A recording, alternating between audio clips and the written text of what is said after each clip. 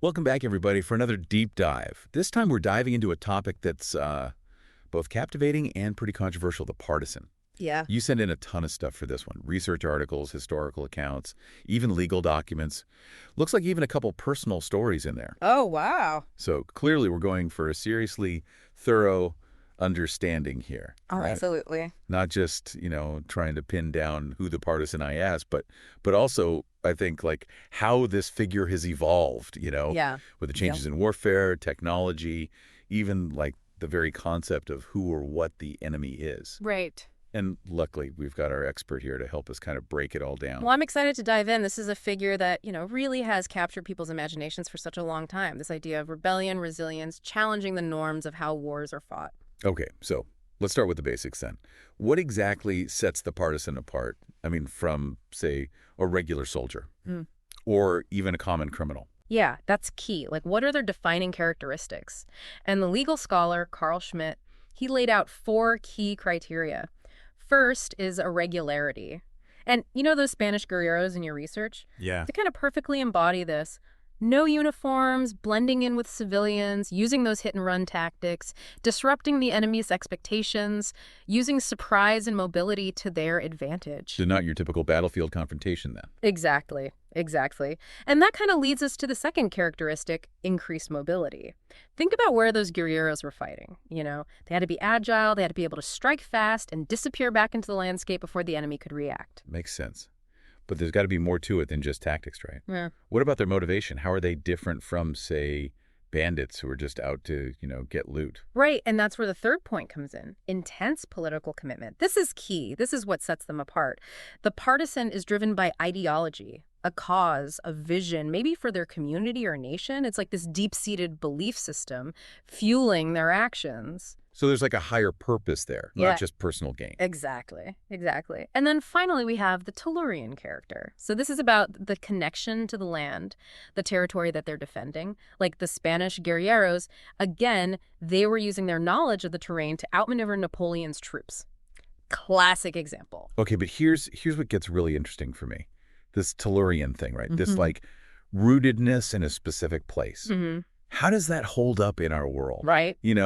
Like, hyper-connected, globalized ideologies, instant communication. Yeah. Can you really be a local fighter when your cause is, stretching across borders? That's a huge question. And it's something, as we dig into the evolution of partisan theory, we'll see how figures like Lenin and Mao really adapted this concept, right? Yeah. To fit revolutionary goals, taking the fight beyond those national boundaries. Okay, so I'm sure everyone's thinking this right now. Is any of this legal?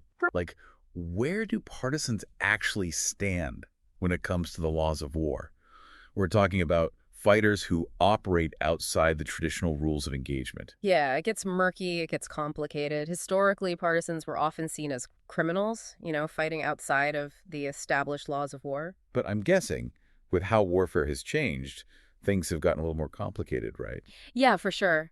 Modern conventions, especially the Geneva Conventions, they've tried to address all the complexities of guerrilla warfare. And they do offer certain rights, certain protections for partisans, but under very specific conditions. Okay, so what are those conditions then? Yeah. When does a civilian picking up arms become like a legitimate combatant? Well, the Geneva Conventions, they require things like a clear command structure, identifiable insignia, carrying arms openly. But applying those criteria to, the fluid, often clandestine world of the partisan, it's incredibly tough. Yeah, it creates some serious gray areas there. Absolutely raises a ton of questions. And this makes me think about the Swiss Kleinkriegsanleitung für Jedermann, that manual for low-intensity warfare you sent. Oh, yeah, that one was fascinating, if a little unnerving. Right. Like, it's basically a guide for citizen resistance against, invasion. They advocate sabotage, going underground, even taking out sentries silently with axes. Imagine trying to square that with the traditional rules of war. Talk about a clash of approaches. That really highlights the tension between how the partisan fights and those established norms. Totally. And that tension, it becomes even more apparent when we trace the evolution of partisan theory. And I think a good place to start is with the Prussian Landsturm Edict of 1813. It's actually a pretty shocking document, signed by the king himself. Shocking. How so? What made it so groundbreaking? It basically legitimized partisan warfare. Yeah. Against Napoleon's forces, Mhm. it urged citizens to resist by any means necessary. Axes, pitchforks, even homemade firearms. It even condoned sabotage, disrupting supply lines. Wow. This was radical. This was a huge shift in thinking. So this was a direct response to the success of those Spanish guerrilleros we were talking about. Exactly. They saw firsthand how a seemingly weaker force, deeply connected to their land, could inflict serious damage on a larger, more traditional army. So you could say those early partisans, they kind of forced a rethink of how wars could be fought. Absolutely. And that new way of thinking, it was solidified by Karl von Clausewitz, the Prussian military theorist. Yeah. He's the one who famously said war as the continuation of politics. Oh, that phrase. That phrase has been debated endlessly. But how does it actually connect to this whole idea of the partisan? It gets to the core of what they do owe, The partisan, driven by that deep political commitment, they become a tool to enact a specific agenda. They're not just fighting a battle, they're fighting for a cause, a vision of the future. It's that ultimate fusion of war and politics. That's powerful. But how did Clausewitz's ideas, which were rooted in a very specific context, how did they influence later thinkers? Right. I mean, revolutionaries like Lenin, for example. Yeah. Exactly. Lenin, he was a very close student of Clausewitz, and he saw partisan warfare as this powerful weapon for revolutionary struggle. He believed that a disciplined, ideologically driven force of partisans, they could destabilize and ultimately overthrow an existing regime. So he took Clausewitz's ideas, which were about, national defense, and applied them to revolution. Precisely. But it's important to note Lenin's approach, it was more abstract, more intellectual, than those who came before. Yeah. He saw the partisan as a tool for the vanguard party, a means to a very specific ideological end. And how does that contrast with, like, the more grounded experience of those earlier partisans? I'm thinking, the Chinese communists under Mao Zedong. That's a great comparison. Mao's approach was this fascinating blend of military strategy and political ideology. He really took partisan warfare to, a whole other level. Yeah, he Yeah. really did. He understood that victory wasn't just about military tactics, Right. It was about winning the hearts and minds of the people. This is that famous quote where he compares the Red Army and the People's Militia to the two arms of a man, emphasizing their interdependence. Right. A successful partisan movement, he argued, it had to be deeply rooted in the community, drawing strength and legitimacy from the people it represented. So he saw the battlefield as, more than just a physical space then, Yeah. but the struggle for influence, for popular support. Exactly. It led him to develop some really innovative strategies Right. that really blurred those lines between war and peace. He argued that Revolutionary War was, 9/10 non-open, non-regular war, emphasizing things like political mobilization, propaganda, covert operations. Oh. Think about those stories you sent about the Long March, Yeah. That incredible feat of endurance that wasn't just military strategy. It was about building those deep connections with the local population. Right. Securing their support. So for Mao, the real fight was often happening, in the shadows, Yeah. in the realm of ideas of influence. Absolutely. And it was incredibly effective, his writings on guerrilla warfare, they're still studied in military academies all over the world. Wow. It's a real testament to their lasting impact. Yeah, that is amazing how tactics and strategies from, a revolutionary force in China decades ago still resonate today. Yeah. Speaking of figures who challenge our traditional notions of warfare, let's turn to someone whose story, I think, really embodies the tragic complexities of the partisan. Raoul Salan, Okay. the French general who fought in Indochina and Algeria. Yeah, Salan's story is such a fascinating case study. He was a career military officer, initially really skeptical of partisan tactics. Okay. But, fighting against the Viet Minh in Indochina, he saw firsthand how effective they could be. So he learned from his enemies. He did. And it ultimately led him down this path that, forced him to confront some really, really difficult moral dilemmas. He ended up embracing those very tactics he once opposed. Okay, now this is where things get really interesting for me. Tell me more about this transformation. What led Salan to become a partisan himself? Salan was a complex figure, very complex. He was a staunch defender of French colonialism, but also very pragmatic, very willing to adapt to, changing circumstances. And when the Algerian War broke out, he was appointed commander-in-chief of French forces. So he was leading the fight against the guerrilla insurgency then, in a conflict that was deeply divisive in like, emotionally charged. Exactly. Exactly. And he was determined to win, even if it meant using some of the same methods his opponents were using.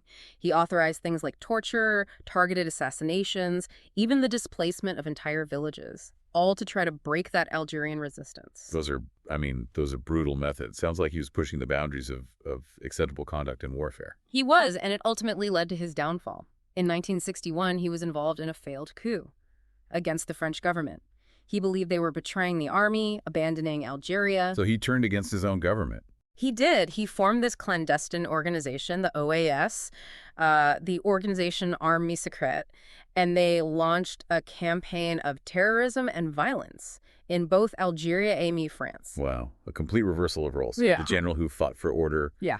Becoming a symbol of rebellion. It was a tragic end to his career. Yeah. But his story, it raises these profound questions about, loyalty, the ethics of war, the seductive power of the very tactics he initially, despised. Yeah, it really makes you think about the complexities of the partisan, right? Mhm. Their motivations, their methods, the impact they have. And speaking of impact, let's shift gears a bit. Okay. Let's talk about how the partisan has been shaped by technology, especially in the nuclear age.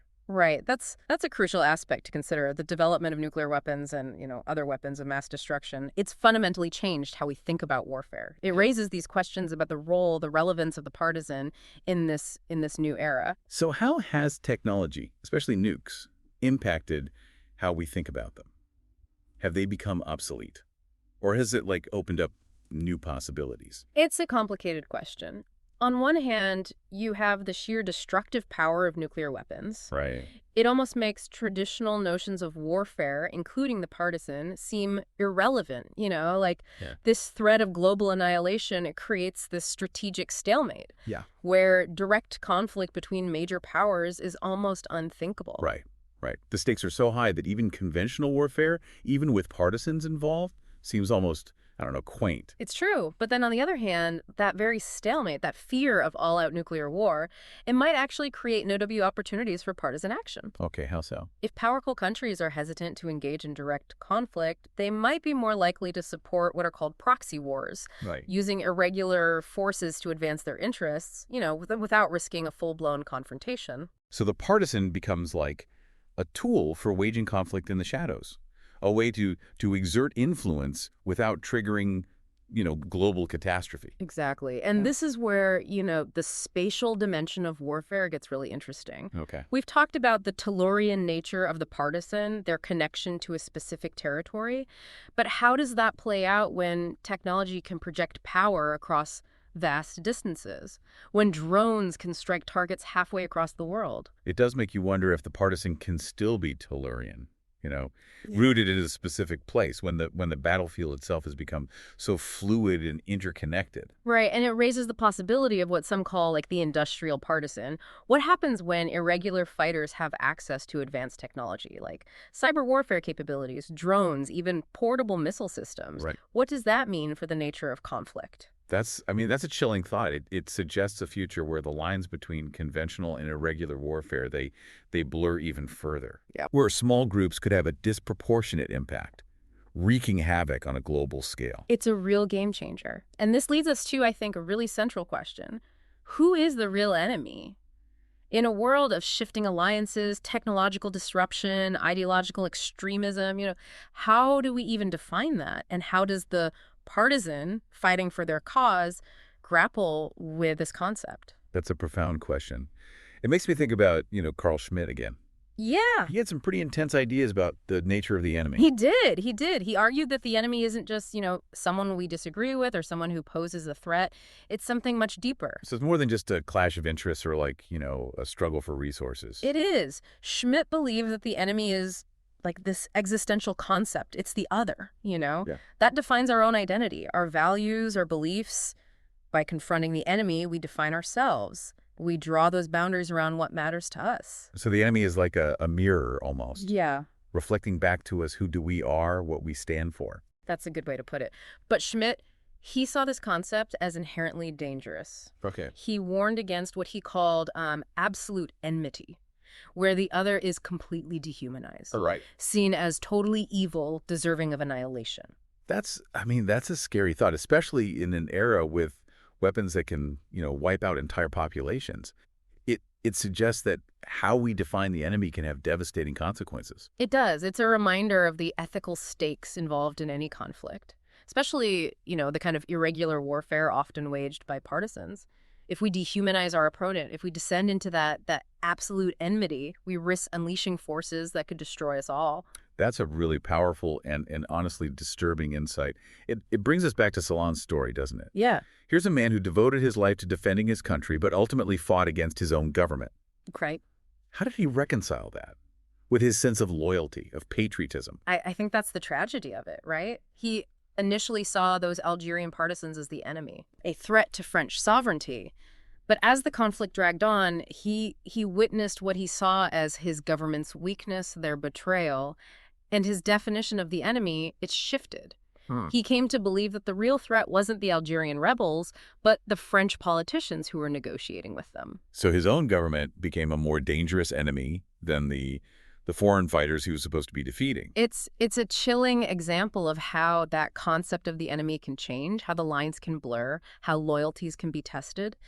And it also reminds us that, the partisans fight, it's often as much about legitimacy as it is about territory or political power. And speaking of legitimacy, there's an important distinction here, right? The difference between what's legal and what's legitimate. Right. It seems like partisans often operate in this gray area where their actions might be illegal, but they're considered legitimate by the people or the groups they represent. Yeah, that tension, it runs throughout the entire history of partisan warfare.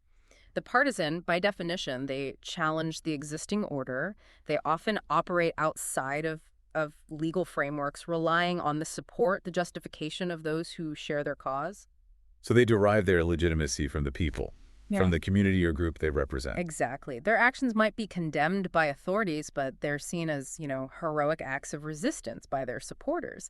This gap between legality and legitimacy, it creates these complex moral and legal dilemmas like we saw with Salon. Right. He believed his actions, though illegal, they were justified by a higher purpose, Yeah. a deeper loyalty to his vision of France. It really highlights how subjective these concepts are, What's considered legal or legitimate, it changes depending on your perspective, your political views, your understanding of the conflict. Yeah. Makes you wonder if there can ever be like an objective assessment of partisan warfare, or if it'll always just be a matter of competing narratives. Yeah, that's a key insight. Studying the partisan takes us into these really complex areas of interpretation and perspective. It forces us to acknowledge that there are often multiple truths, multiple ways of understanding the same event, and it challenges us to develop a more nuanced approach to analyzing conflict, one that recognizes the complexity of motivations, the ambiguities of law, the power of ideas. And that's especially relevant today, right? Yeah. When we're just bombarded with information, narratives are weaponized, it's hard to tell fact from fiction. Totally. In this age of information warfare, where perception can be as powerful as physical force, Yeah. the partisan struggle for legitimacy, it takes on a whole new dimension. They need to win on the ground, and they need to win the battle for hearts and minds, both within their communities and on that global stage.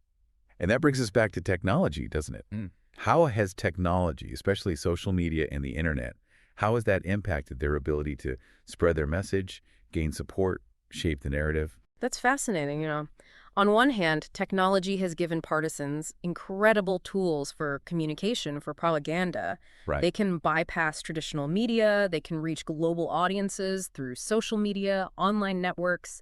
They can control their own narrative, share images and videos, connect with supporters all over the world. So it's kind of leveled the playing field then, Yeah. giving non-state actors a voice and a reach that was just unthinkable before. Exactly. But then, technology can also be used against them. Governments, powerful institutions, they're becoming much more adept at counter-propaganda, at surveillance, at online censorship. So that fight for narrative control, it's happening online just as fiercely as it is on the physical battlefield. It's a whole new dimension of conflict where the lines between reality and perception, they become even more blurred. And where the partisans struggle for legitimacy, it becomes even more crucial. Yeah. It's a struggle that's likely to intensify in the years to come as technology evolves, as geopolitical tensions rise, and as the nature of conflict continues to transform. The partisan, once a figure, relegated to the margins of history, they could become increasingly central to these global power struggles in the 21st century. I mean, that's a thought-provoking and maybe even unsettling observation. It seems like the partisan, despite being rooted in the past, is kind of evolving right alongside our technological advancements. Yeah. But before we dive into that technical dimension of the partisan, let's take a quick pause. We'll be back in a moment to finish our deep dive into this complex and fascinating figure. Well, back, ready to wrap up our deep dive into the world of the partisan. Before the break, we were talking about how technology has impacted, that fight for legitimacy Right. and their ability to kind of shape the narrative. Yeah. But we haven't really touched on how technology has actually changed, like, the tools of their trade. Yeah, that's a key piece. We've talked about the evolution, their ideology, their relationship to space and legitimacy, but the technical dimension, that's crucial too. Right. It's easy to imagine that partisan of the past, right?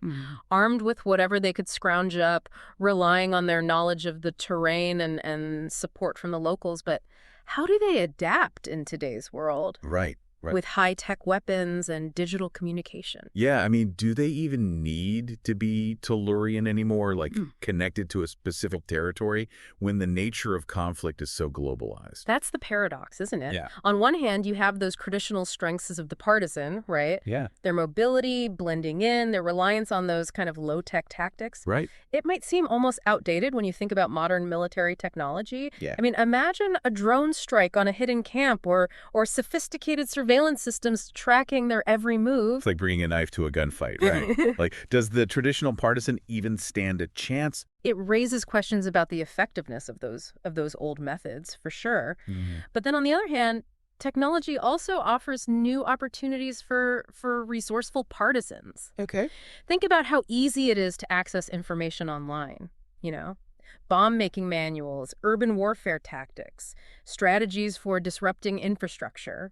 So the same technology that could be used to, track them down could also be used to empower them. Exactly. And then there's the whole potential of cyber warfare. I mean, a small group with the right skills, they could cripple a nation's power grid, Right. disrupt financial systems, sow chaos through misinformation campaigns. It really is a game changer. It highlights how technology has blurred those lines even more, between conventional warfare and irregular warfare. Absolutely. A few individuals with laptops could potentially inflict damage that once required a full-scale military operation. Exactly. And it brings up that interesting question. What happens when you merge the traditional Tellurian partisan with this new technological landscape? Right. Do we see the rise of what we talked about, the industrial partisan, this hybrid figure who's, equally adept at hacking into computer systems, being blending into a rural landscape? That sounds like something out of, like, a cyberpunk novel. Right. These shadowy figures operating in the digital underground, capable of striking anywhere in the world with devastating consequences. Yeah. It raises a lot of questions about the future of conflict, Will nation-states maintain their monopoly on violence?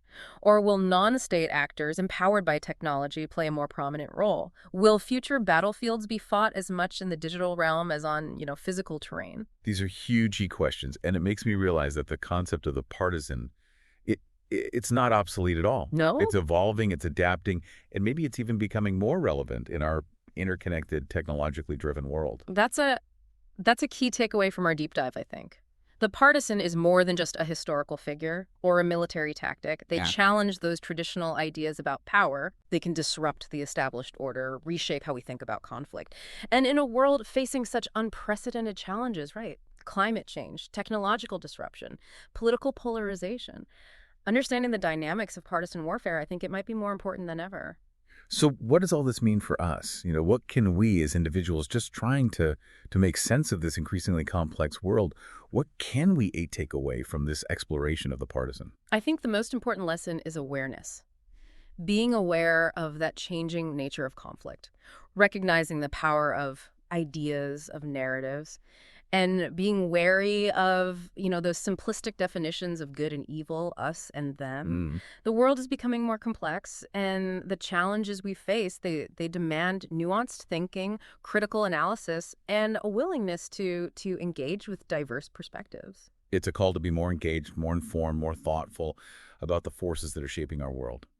And on that note, I want to thank you for taking us on this incredible journey through the world of the partisan. Yeah, of course. It's been fascinating. It's been eye-opening. It's been a pleasure. And for everyone listening, I encourage you to keep exploring these questions, keep challenging assumptions, seek out different perspectives. The world needs more critical thinkers, more informed citizens, more people willing to engage in thoughtful dialogue, especially during these times of uncertainty and conflict. Well said. And to our listeners, thank you for joining us on this deep dive. Yes, thank you. We hope you found it as thought-provoking and insightful as we have. Until next time, keep questioning, keep learning, and keep diving deep.